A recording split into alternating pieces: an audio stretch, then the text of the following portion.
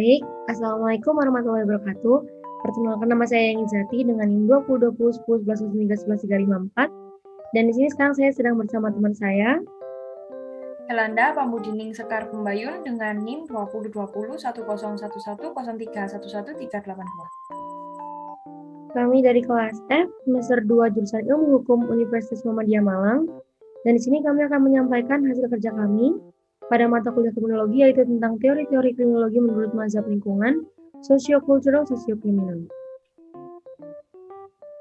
Penjelasan yang pertama, nama kriminologi ditemukan oleh P. Topinard pada tahun 1830 sampai 1911, seorang ahli antropologi Prancis. Secara harfiah, kriminologi berasal dari kata krimen, yang berarti kejahatan atau penjahat, dan logos, yang berarti ilmu pengetahuan. Maka, kriminologi dapat berarti ilmu tentang kejahatan dan penjahat. Definisi tentang kriminologi banyak dikemukakan oleh para sarjana. Masing-masing definisi dipengaruhi oleh luas lingkupnya bahan yang dicakup dalam kriminologi. Berikut adalah pengertian kriminologi menurut para ahli. Yang pertama ada menurut Edwin Sutherland, criminology is the body of knowledge regarding delinquency and crime as a social phenomena, atau yang artinya kriminologi adalah kumpulan pengetahuan yang membahas kenakalan remaja dan kejahatan sebagai gejala sosial. Yang kedua ada dari J. Constant, kriminologi adalah suatu ilmu pengetahuan yang bertujuan untuk menentukan faktor-faktor yang menjadi sebab musabab terjadinya kejahatan dan penjahat. Yang ketiga ada menurut W.M. Noah, kriminologi adalah ilmu pengetahuan yang menyelidiki gejala-gejala kejahatan dan tingkah laku yang tidak senonoh, sebab musabab, serta akibat-akibatnya. Lalu yang keempat ada menurut William Adrian Bonger, kriminologi adalah suatu ilmu yang mempelajari gejala-gejala kejahatan seluas-luasnya. Yang terakhir, pengertian seluas-luasnya, hal yang berhubungan dengan kejahatan ialah sebab timbul dan melenyapnya kejahatan, akibat yang ditimbulkan reaksi masyarakat dan pribadi penjahat seperti umur, keturunan, pendidikan, dan cita-cita. Lalu pengertian kejahatan sendiri dibagi menjadi dua, yaitu secara yuridis formil dan secara sosiologis. Secara yuridis formil, kejahatan adalah semua tingkah laku yang melanggar ketentuan pidana. Dan secara sosiologis, mencakup pengertian yang masuk dalam pengertian yuridis juga meliputi kejahatan atau segala tingkah laku manusia, walaupun tidak atau belum ditentukan dalam bentuk undang-undang, pada hakikatnya warga masyarakat dirasakan atau ditafsirkan sebagai tingkah laku secara ekonomis dan psikologis, menyerang atau merugikan masyarakat dan melukai perasaan susila dalam kehidupan bersama. Pengertian kejahatan menurut para ahli. Yang pertama ada menurut Paul Mokdikdo, kejahatan adalah pelanggaran hukum yang ditafsirkan atau patut ditafsirkan sebagai perbuatan yang sangat merugikan, menjengkelkan, dan tidak boleh dibiarkan atau harus ditolak. Yang kedua, Garofalo merumuskan kejahatan sebagai pelanggaran perasaan-perasaan kasih. Yang ketiga, Thomas melihat kejahatan sebagai suatu tindakan yang bertentangan dengan solidaritas kelompok tempat pelaku menjadi anggota. Yang keempat, Randolph Brown merumuskan kejahatan sebagai suatu pelanggaran tata cara yang menimbulkan sanksi pidana. Yang kelima, Bonger menganggap kejahatan sebagai suatu perbuatan antisosial yang sadar dan memperoleh reaksi dari negara berupa sanksi. Contoh kejahatan yang terjadi di Indonesia. Yang pertama, ada berita penculikan dari anak dari Nasar dan Musdalifah. Berita ini dilansir oleh Tempo.co. Dan yang kedua ada berita pembunuhan yang baru-baru saja terjadi, yaitu pembunuhan wanita di hotel kawasan Menteng. Dan berita ini dilansir oleh Kompas.com. Lalu yang ketiga ada berita tentang pengedar narkoba, yaitu telah ditemukannya 185 kg tembakau sintetis diedarkannya via online. Dan berita ini dilansir oleh Liputan 6. Lalu berikut adalah contoh video kejahatan yang terjadi di Indonesia. Pada Minggu 30 Agustus 2020 telah terjadi aksi penganiayaan di Palembang, Sumatera Selatan. Aksi penganiayaan dengan menggunakan senjata tajam itu dialami oleh Firmansyah 44 tahun. Akibat aksi pembacokan tersebut, Firmansyah meninggal dunia. Banyak warganet menyesalkan kenapa orang terekam di video itu tidak ada yang membantu. Ternyata korban Firmansyah sebenarnya sempat ditolong warga. Sebelum tewas, Firmansyah sempat dibawa ke bidan terdekat. Kanit Reskrim Polsek Seberang Ulu 1 Ibtu Irwan Sidik membenarkan saat itu ada seorang warga sekitar yang membantu menolong. Namun saat perjalanan, Irwan menuturkan pada saat kejadian warga sekitar takut sehingga tidak bisa menolong lagi pada saat korban meninggal dunia.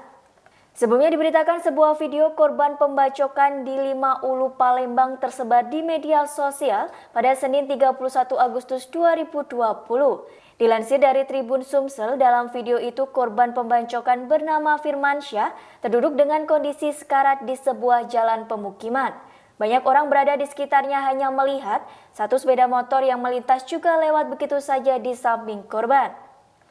Diketahui Firmansyah mengalami luka bacok oleh 2 orang yang diduga kuat kenal dengan korban. Kini pihak kepolisian sedang memburu para pelaku pembunuhan terhadap Firmansyah.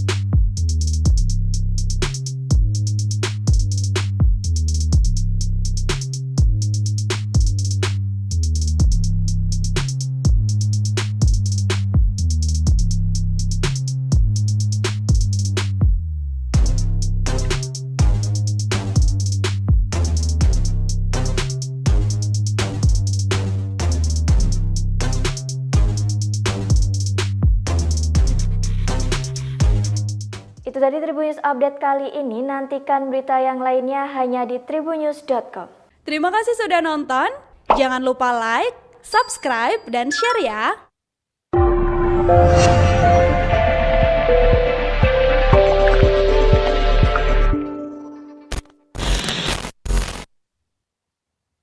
Baik, itu tadi adalah contoh pertama video kejahatan. Lalu ada video kedua tentang kejahatan yang terjadi di Indonesia, yaitu aksi begal sadis yang terekam CCTV yang dilansir oleh Tribun News Update.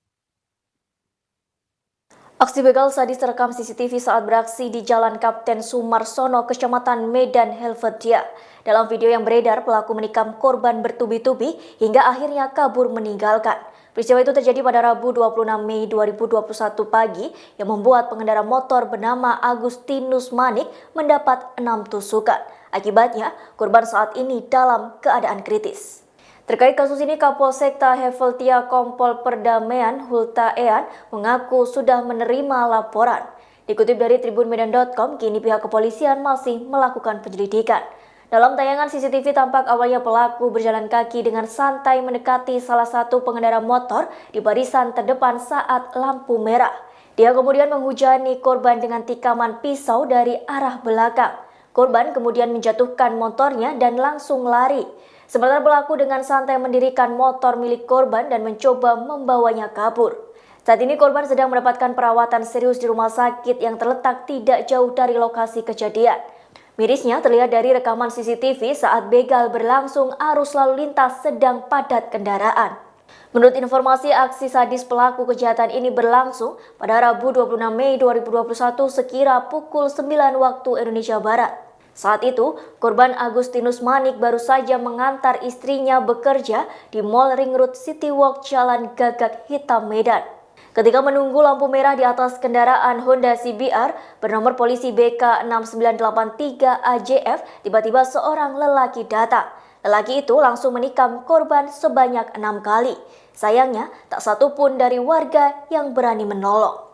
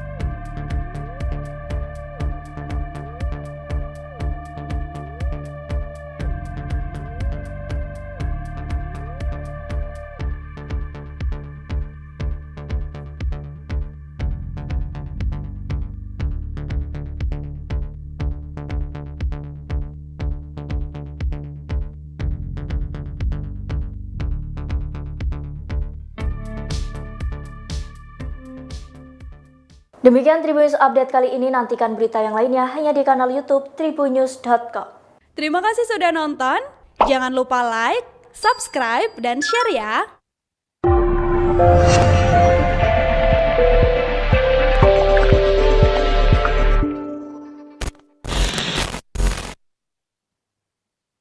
Baik, itu tadi adalah video kedua.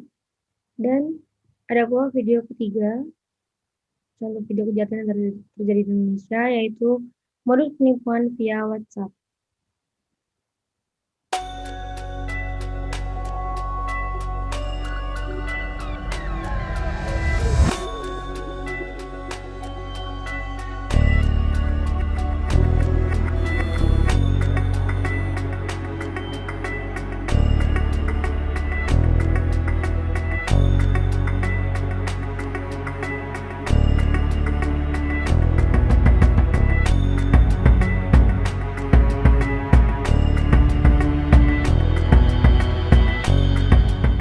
Atas WhatsApp korban dengan mengirimkan SMS, kemudian SMS tersebut dilakukan oleh korban mengikuti dengan petunjuk yang ada. Jadi itu berupa aplikasi sebenarnya, kemudian diikutin korban mengisi nama, nomor telepon dan sebagainya, identitas diri, kemudian pelaku melaksanakan hack kepada WhatsApp. Kemudian WhatsApp itu yang digunakan untuk menelpon kepada korban. Dengan melaksanakan menelpon kepada teman-teman korban ataupun korban sendiri, kemudian teman-teman korban yang diketahui nomor teleponnya melalui retas yang telah dilakukan oleh pelaku sendiri dengan modus operandi, yaitu meminjam uang, mengatakan bahwasanya dia membutuhkan uang, meminjam, kemudian dikirimkanlah nomor rekening, lalu diambil uang tersebut. Kemudian yang kedua, menyebar undian berhadiah. Ini sudah terjadi di 2018 juga. Kemudian menyebar cek palsu bernilai miliaran dan siu palsu di perumahan.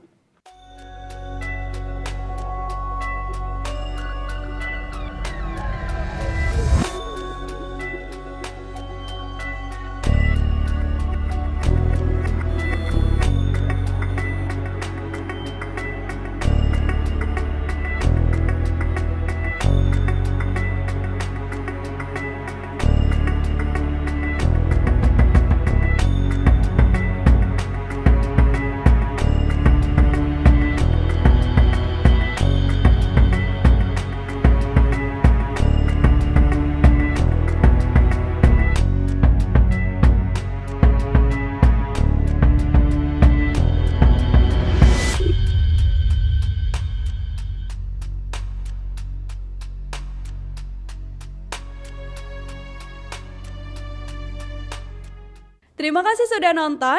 Jangan lupa like, subscribe, dan share ya.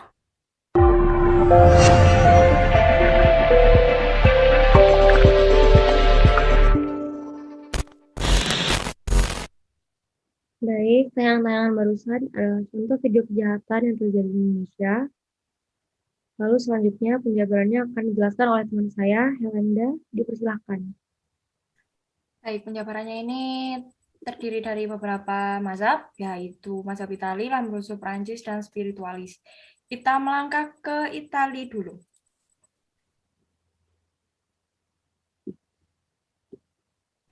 Mazhab Itali atau aliran antropologis.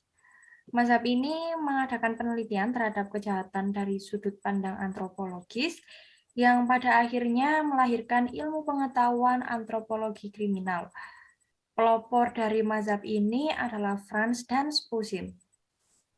Mereka menyelidiki ciri-ciri lahiriah, watak, roman muka, tulisan tangan, dan cara berjalan seorang penjahat. Salah satu penganut aliran ini adalah P. Broca. Dia melakukan penyelidikan pada tengkorak para penjahat yang menyimpulkan bahwa ternyata ada kelainan-kelainan dalam tengkorak-tengkorak para penjahat tersebut, yaitu mempunyai sifat patologis atau penyakit. Lalu kemudian kita akan melangkah pada mazhab selanjutnya, yaitu Lambrusco.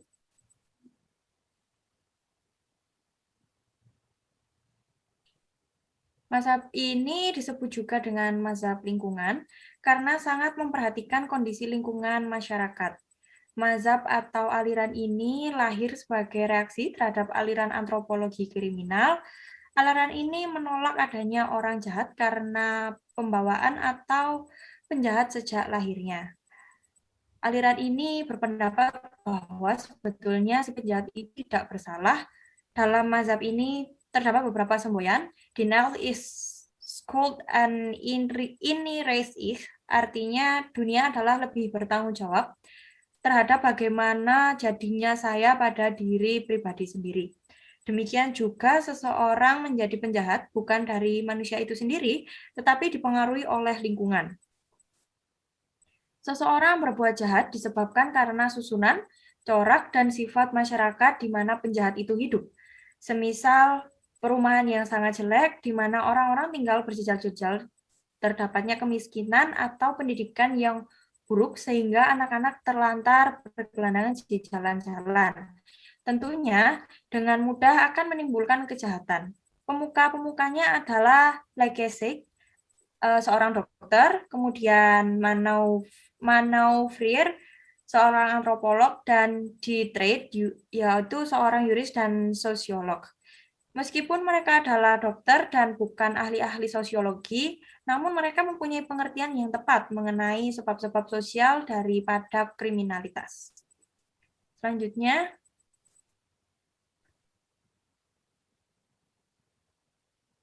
karena isi dari mazhab Prancis ini sama seperti yang tadi, kita lanjut melangkah ke mazhab spiritualis.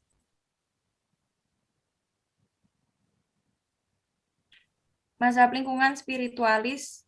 Untuk mazhab lingkungan spiritualis, pelopornya adalah M.D. Bates pada tahun 1863 sampai 1931. Menurutnya, bahwa pada lapisan masyarakat yang mengasingkan diri terhadap Tuhan serta berpandangan hidup dan berpandangan dunia yang sama sekali kosong dari kecenderungan-kecenderungan moral merupakan dasar yang hitam sehingga kebusukan dan kejahatan mudah berkembang dengan subur.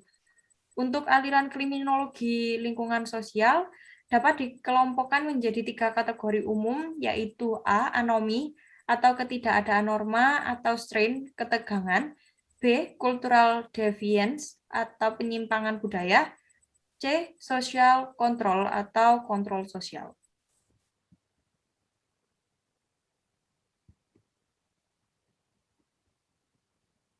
Kemudian kita melangkah pada faktor penyebab. Faktor penyebab ini dibagi dari beberapa teori, yaitu teori ekologis yang pertama. Teori ekologis ini adalah teori mencari sebab-sebab kejahatan dari lingkungan manusia maupun lingkungan sosial, seperti kepadatan penduduk, mobilitas penduduk, hubungan desa dengan kota, khususnya urbanisasi, dan juga daerah kejahatan dan perumahan kumuh. Semakin padatnya penduduk di suatu daerah, maka akan menimbulkan konflik sosial yang beragam juga. Mobilitas penduduk juga bisa mempengaruhi terjadinya kejahatan. Hal ini dipengaruhi oleh semakin tingginya sarana transportasi, sehingga hal tersebut seringkali bahwa penduduk berpindah dari satu daerah ke daerah yang lain dengan mudah. Urbanisasi juga dapat mempengaruhi terjadinya kejahatan. Semakin banyak perpindahan orang dari desa ke kota, maka akan semakin banyak terjadinya kejahatan di suatu kota tersebut, karena otomatis kota tersebut akan menjadi lebih padat penduduknya. Next, kita melangkah pada teori konflik kebudayaan. Teori konflik kebudayaan ini merupakan hasil dari konflik nilai sosial. Selanjutnya, konflik tersebut mempengaruhi perkembangan kebudayaan dan peradaban. Konflik-konflik yang terjadi, misalnya konflik norma tingkah laku, sebagai contohnya terjadi perbedaan-perbedaan dalam cara hidup dan nilai sosial yang berlaku di antara kelompok-kelompok yang ada. Selanjutnya, konflik ini mengakibatkan banyaknya kejahatan. Lalu kita melangkah pada teori ekonomi. Teori faktor ekonomi. Teori ini melihat terjadinya kejahatan akibat dari ketimpangan ekonomi yang terjadi di sisi masyarakat. Ketimpangan ekonomi yang terjadi misalnya akibat dari padatnya penduduk suatu daerah karena urbanisasi. Hal ini mengakibatkan persaingan ekonomi yang sangat ketat, sehingga mengakibatkan banyaknya pengangguran di daerah tersebut. Banyaknya pengangguran ini mengakibatkan masyarakat cenderung mencari cara untuk mempertahankan hidupnya, termasuk melakukan kejahatan. Lalu, teori different association. Teori different association, teori ini berlandaskan pada proses belajar, yaitu perilaku kejahatan adalah perilaku yang dipelajari.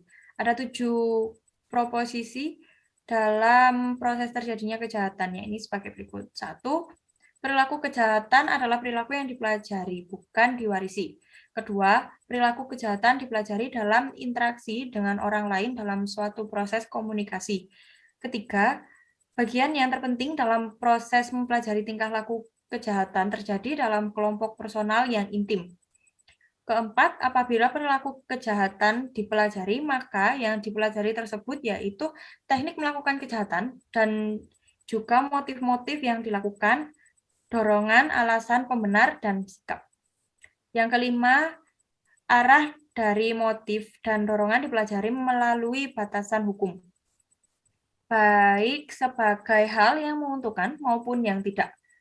6. Seseorang menjadi delinken karena lebih banyak berhubungan dengan pola-pola tingkah laku jahat daripada yang tidak jahat. Ketujuh, differential association dapat bervariasi dalam frekuensinya, lamanya, prioritasnya, dan intensitasnya.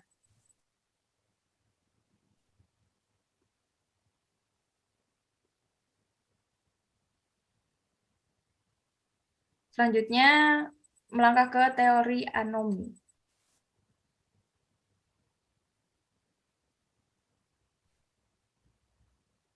Teori anomi dan penyimpangan budaya memusatkan perhatian pada kekuatan-kekuatan sosial atau social forces yang menyebabkan orang melakukan aktivitas kriminal. Teori ini berasumsi bahwa kelas sosial dan tingkah laku kriminal saling berhubungan.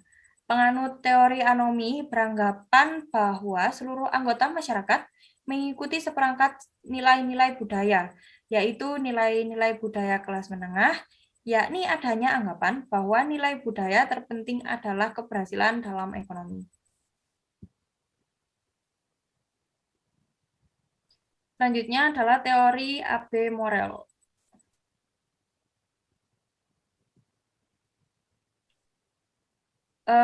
Menurut Abe Morel dengan teorinya degenerasi tentang kemerosotan sifat, menurutnya bahwa manusia yang karena pengaruh kondisi lingkungan yang tidak baik selama beberapa generasi, maka akan mempunyai keturunan yang sifatnya merosot. Ada juga Sheldon Gluck dan Eleanor Gluck yang melakukan studi komparatif antara pria delinquent dengan non-delinquent. Selain itu, Sheldon juga menyatakan bahwa adanya korelasi yang tinggi antara fisik dan temperamen seseorang. Sheldon memformulasikan somatotypes-nya menjadi 3 kelompok, yaitu A. Di endomorph atau bertubuh gemuk, B. Di mesomorph atau berotot dan bertubuh atletis, C. Di ectomorph, yaitu bertubuh tinggi, kurus, dan mempunyai fisik yang rapuh. Kemudian teori penyimpangan budaya.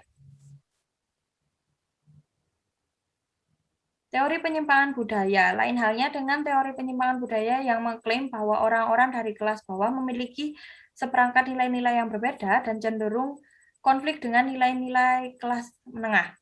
Sebagai konsekuensinya, manakala orang-orang bawah mengikuti sistem nilai mereka sendiri, mereka mungkin telah melanggar norma-norma konvensional, sedangkan teori kontrol sosial merujuk pada setiap perspektif yang membahas pengendalian tingkah laku manusia.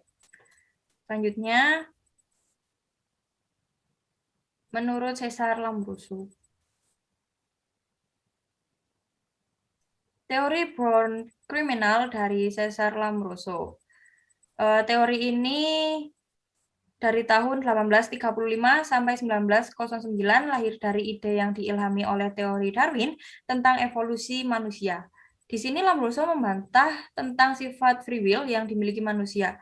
Doktrin atavisme menurutnya membuktikan adanya sifat hewani yang diturunkan oleh nenek moyang manusia. Gen ini dapat muncul sewaktu-waktu dari turunannya yang memunculkan sifat jahat pada manusia modern. Lombroso menggabungkan positivis Comte, evolusi dari Darwin, serta pioner-pioner lain dalam studi tentang hubungan kejahatan dan tubuh manusia. Next, perkembangan.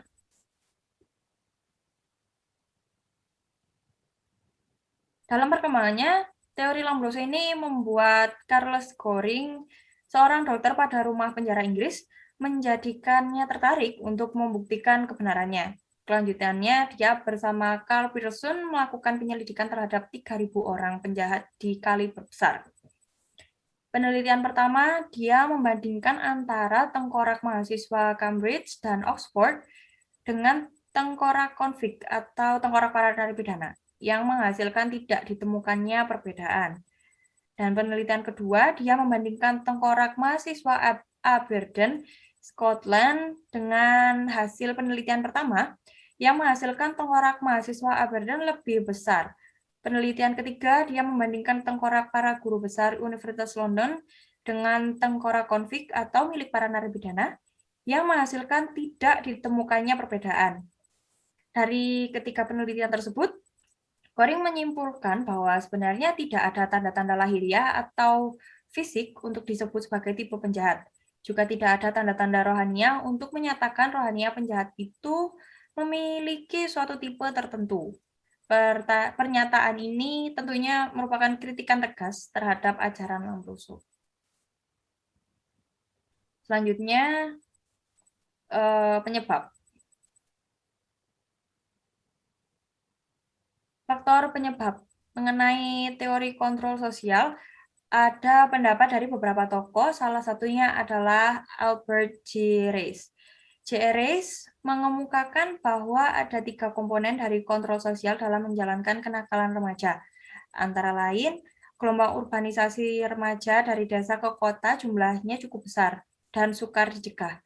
Terjadinya konflik antara norma adat pedesaan tradisional dengan norma-norma baru yang tumbuh dalam proses penggeseran sosial yang cepat, terutama di kota-kota besar. Memudarnya pola-pola kepribadian individu yang terkait kuat pada pola kontrol sosial tradisionalnya, sehingga anggota masyarakat, terutama para remaja, menghadapi kesukaran dalam ketidaktaatan pada pola untuk menentukan perilakunya. Dan hasilnya,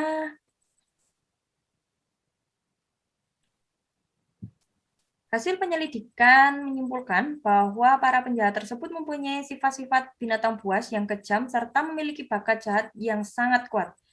Lombroso berhasil membuat suatu teori tentang ciri-ciri penjahat pada umumnya yang juga sama dimiliki oleh manusia primitif. Ciri-ciri penjahat tersebut antara lain adalah A. Isi tengkoraknya kurang atau terdapat berbagai kelainan. B. Dalam otaknya terdapat keganjilan atau benjolan otak. C. Roman muka yang berbeda daripada yang lain, tulang rahang lebar, mukanya tidak simetris, dan dahinya melengkung ke dalam. D. Kurangnya mempunyai perasaan, dan E. Suka pada tato dan raja. Lalu, terdapat dasar-dasar teori kriminologi. Yang pertama ada teori demonologis. Teori demonologis merupakan pemikiran awal yang dikembangkan atas dasar pemikiran yang tidak rasional, di mana suatu tingkah laku kejahatan yang dilakukan oleh individu merupakan pengaruh dari roh jahat, demon atau setan. Benar atau salahnya suatu tingkah laku ditentukan oleh definisi kepala suku atau orang yang dianggap sebagai dewa. Pemikiran ini masih bersifat konvensional, di mana tindakan pelanggaran yang dianggap paling serius bagi demonologis adalah mempergunakan ilmu goib hitam atau dikenal dengan black magic. Hukuman yang digunakan juga masih bersifat tradisional, yang ditujukan untuk mengusir roh jahat dalam diri individu tersebut, seperti membakar individu yang memiliki ilmu hitam. Lalu yang kedua ada teori kriminologi klasik. Pada penjelasannya, mengenai pemikiran klasik, tingkah laku jahat yang dilakukan oleh manusia merupakan cerminan dari adanya konsep free will atau kehendak bebas. Dalam penjelasan mengenai pemikiran klasik, dengan konsep free will ini menganggap bahwa individu memiliki pilihan dan pemikiran untuk menentukan tindakan yang akan mereka lakukan. Hukuman yang diterapkan pada pemikiran ini bersifat umum sesuai dengan kejahatan yang dilakukan. Tokoh dalam pemikiran klasik ini antara lain Cesare Beccaria dan Jeremy Bentham. Lalu yang ketiga ada teori neoklasik. Neoklasik muncul sebagai bentuk kritikan terhadap klasik yang menyamakan hukuman setiap orang tanpa mempertimbangkan usia, fisik, dan kondisi kejiwaan seseorang. Lalu teori yang terakhir yaitu teori determinisme. Determinisme merupakan suatu penjelasan mengenai kejahatan bahwa tingkah laku jahat merupakan pengaruh dari adanya faktor-faktor tertentu, terdiri dari beberapa paradigma, yaitu yang pertama ada positivisme, yang kedua interaksionisme, yang ketiga konflik, yang keempat postmodern kriminologi, dan yang kelima budaya.